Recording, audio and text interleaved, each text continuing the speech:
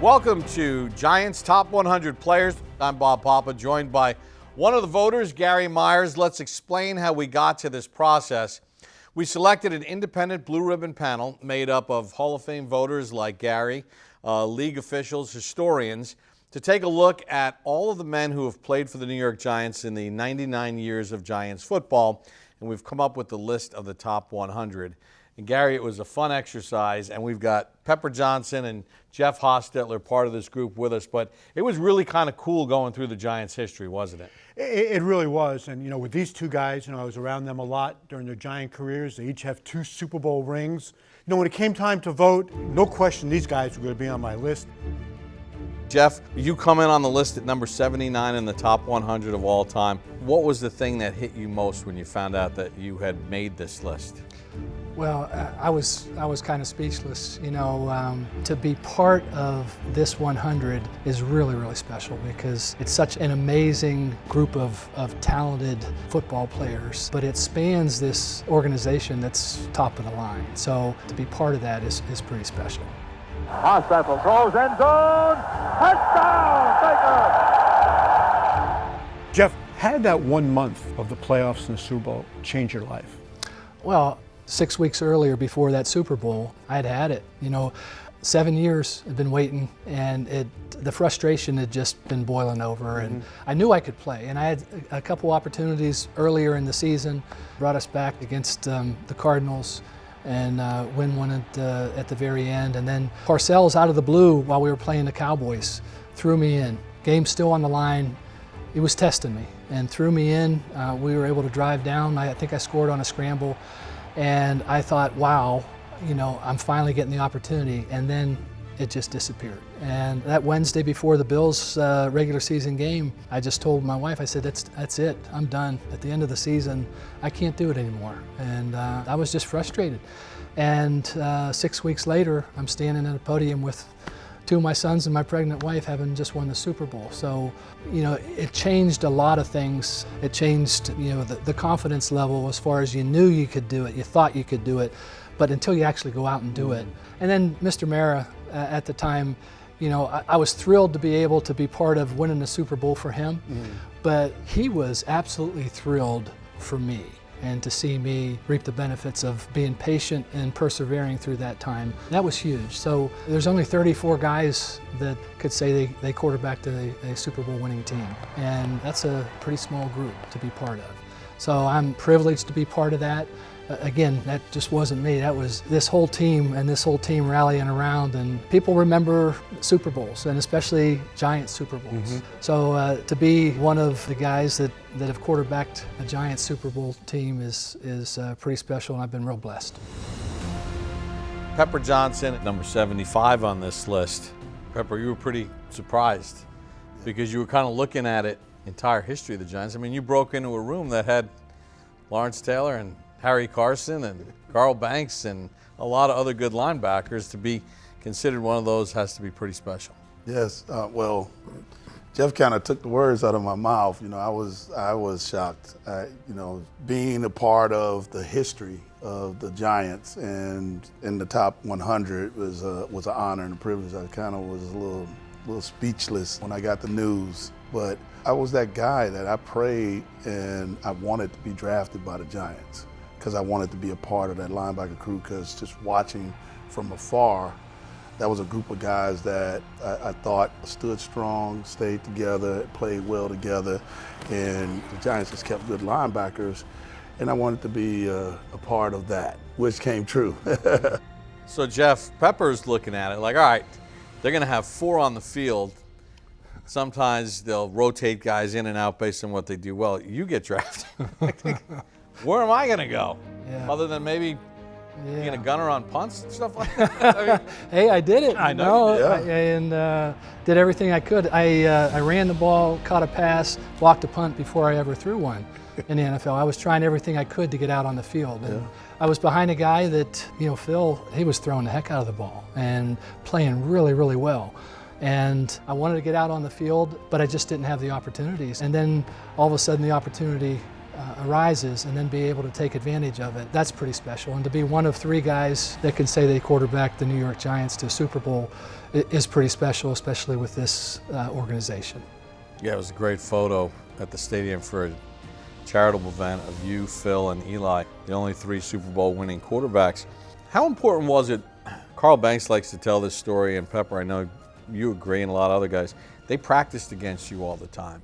So a lot of times in today's world, the quarterback goes down, it's like, oh man, we're done, season's over. I remember Carl telling me at the time, we're gonna be fine. The fact that your teammates had your back and believed in you more than the outside world believed in you. Well, I got chills all over because that's what happened. I mean, whenever Phil went down, we had lost 3 out of 4 games. Everybody jumped off the bandwagon, and I was the weak link. They said it couldn't be done. It was never that way in the locker room. Each one of those guys, especially this linebacker group, those guys, they rallied around me. They supported me. A lot of guys was kept, thinking that Haas wasn't going to do it, a backup quarterback, big game. He never been in this type of situation. He was like our secret weapon. Jeff, I want to tell you a story. Over the years, I've talked to Phil a lot, and he says, don't take for granted that if I had played straight through, that I could have done what Jeff did, because his mobility helped win the games against San Francisco in the championship game and the Super Bowl against Buffalo. How does that make you feel that he's saying, well, listen, if I had played, we might not have won, because what Jeff's strengths were really played into what we needed to do in those games? That means an awful lot. I mean, I'd never heard that, and that's a huge compliment. And Parcells paid me a huge compliment years after, and I saw him, and he just said, people don't realize how difficult a position that you were in and how difficult a job that you did and accomplished to be able to help lead your team into a victory in the Super Bowl. And just to hear those things after was pretty special. But it really all started inside that locker room, because when Phil went down, guys were upset for Phil, but they were really happy for me for the opportunity. And guys knew that, we were going to be okay. And for me to see that and the confidence, especially guys like Pepper and Big Dog, that meant an awful lot. Speaking of Big Dog, he's number 80 on the list. A 2-time Super Bowl champion like you guys.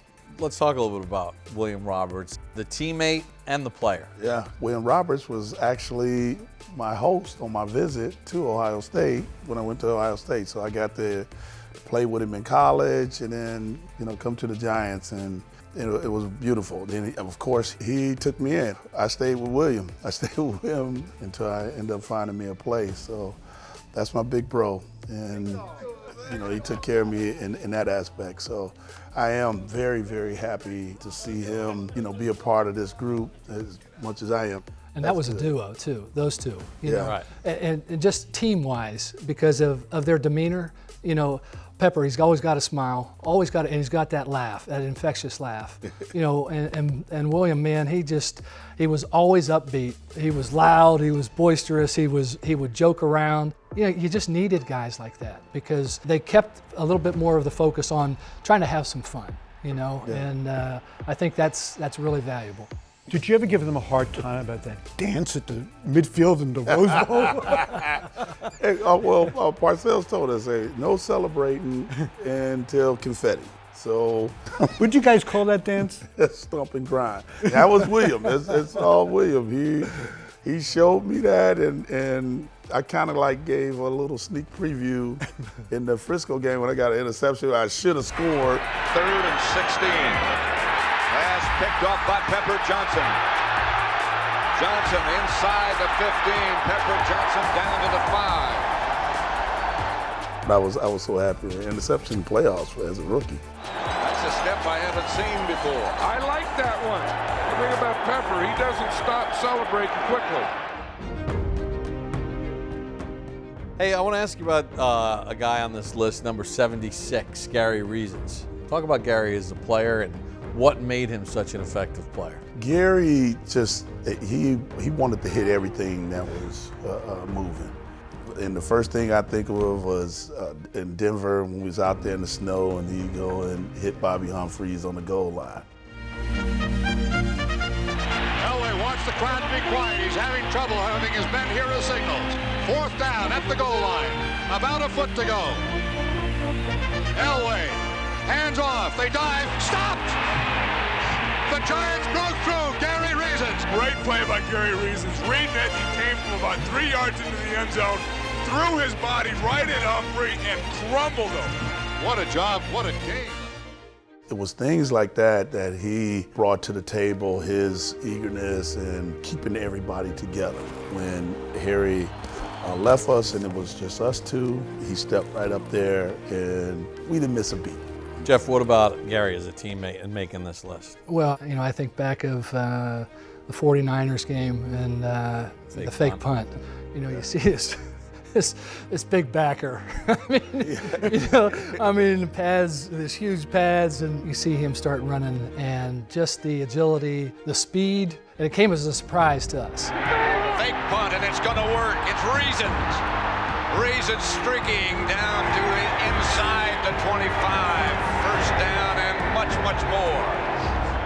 That's the call they needed. That's the play they needed. They needed something to get him out of this. Bill Parcells came up with it. It was What was he unexpected. pointing at? I have no idea. fooling? I have no idea. He was pointing like block this guy and think that guy gonna turn around. Walter Payton asking. Yeah. When But did you guys find out that the 49ers only had 10 men on the field? Because I talked to Gary about this not that long ago. Yeah. He said that Parcells had told him as he was going onto the field, you know, if you get the look, go ahead and run it. Yeah. It hit him right away that there was a player missing in one of the gaps. And so he immediately called an audible on that. Yeah, and that's, you know, you come out, that was part of the whole deal on special teams. You know, you count, make sure they have everybody. Yeah. The fact that he did that and knew, all of a sudden, you know, his mind's going, okay, they got one less, they got the look, and, you know, what a great time to be able to do it and then perform it, and then for us to be able to turn around and go down and score and put it within a one-score game. You know, that was huge, big play. 30 yards, longest run of the game. Yeah. Let me ask you about another guy that was a teammate of yours with the Giants, Mark Haynes. He comes in at number 78 on the list. Yeah. Fantastic player, a couple Pro Bowls, maybe some of his more notable games came as a member of another franchise, but he was a really tremendous player for the Giants. Yeah, a big asset. Funny story though, you know, I lockered beside him my rookie year, and he didn't say a word to me the whole year. And it wasn't until after the season, and was playing, the Giants had a basketball team that they put together, and we were playing basketball. And I finally had the guts to, you know, just say, hey, why wouldn't you ever talk to me? And he looked right at me and just said, hey, I never talk to rookies. And it was, you know, the whole thing was, I don't know whether they're going to be here or not. And, you know, it's just my philosophy, and that's what it was. Dropped it. He's still on the ground, and look out. Could be touchdown Giants. Yep, It is. it is. Touchdown Giants. Mark Haynes is the man who scored the touchdown. Number 71 on this list is Antonio Pierce, and really was the soul of the 2007 Giants. Yes. The heart and the soul of it. It seems like his style of play and his grittiness and his football IQ probably would have fit well within your locker room. Exactly. I watched him play and I watched him knock the mess out of people. And it was good to see another guy come in and just take over where we kind of left off. Antonio Pierce, and he runs it in for a touchdown! You know, Bob, of all the guys I've covered on the Giants over all these years, if I was to make a list of 10 who I thought would go into coaching, he would have been right at the top of the list, because he was that kind of guy in the locker room when we would go and talk to him. Just very insightful with his football knowledge, and a real grinder. And the fact that he's become a head coach in the NFL now is really a testament to how much he wanted it. 6, 6, 6, pass, Sammy! Weak blitz white! Well, and his football IQ, the Giants do not beat the Packers in the 2007 NFC Championship game. Near the end of the first half, Favre has finally gotten things under control, and they're driving the ball down the field, and they set up a backside screen, and there's 3 blockers ahead. But Antonio Pierce, through the film study, realized that they like to run that play. and he splits the 3 blockers and tackles the back. Green set up left, completes it, and then it's stood up by Antonio Pierce, who makes the play at the 19-yard line with a blocker on his back. And look what he's got out in front of him. I mean, there's 3 blockers, and yet he's able to go through them. Or else it's a 25-yard touchdown, and I don't know if the Giants come back. But it was all football IQ, film study. You talk about a great play by Antonio Pierce. Ron Johnson comes in at number 72, a fantastic running back, number 30. Ron Johnson was one of my favorite players as a kid. He surprisingly got traded after his rookie year. The Browns had made him a first-round pick, and they played him at fullback. This guy was a tailback, you know, and so he gets traded to the Giants, and in 1970 becomes the Giants' first 1,000-yard rusher. And 14 games, too. Yeah, he and Fran Tarkenton together, and Tucker Frederickson was still on that team. You know, when I look back at that period of time from 1964 to 1980 when the Giants didn't make the playoffs, there was a lot of good players on both sides of the ball during those 16, 17 years, but they could just never put it together.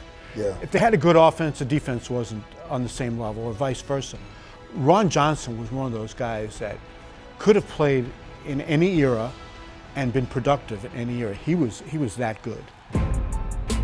One of my favorite Giants as a kid is number 77, John Mendenhall, 77 on this list. Number 64, he would line up in that point stance sideways. John Mendenhall could have played on your guys' teams because he was that kind of player in the middle of a defense, kind of like a get down and dirty, defensive tackle type that, made a lot of big plays for those teams. Don Chandler comes in at 73, Jack Gregory at 74. These were iconic players that unfortunately, just unlike these two guys that had a chance to play on championship teams, were great players that just didn't play on good teams. Don Chandler, first few years of his career, he was just a punter because Pat Summerall was still in the Giants and he was the place kicker. And then he was both. I mean, you never see that anymore, with guys a place kicker and a punter.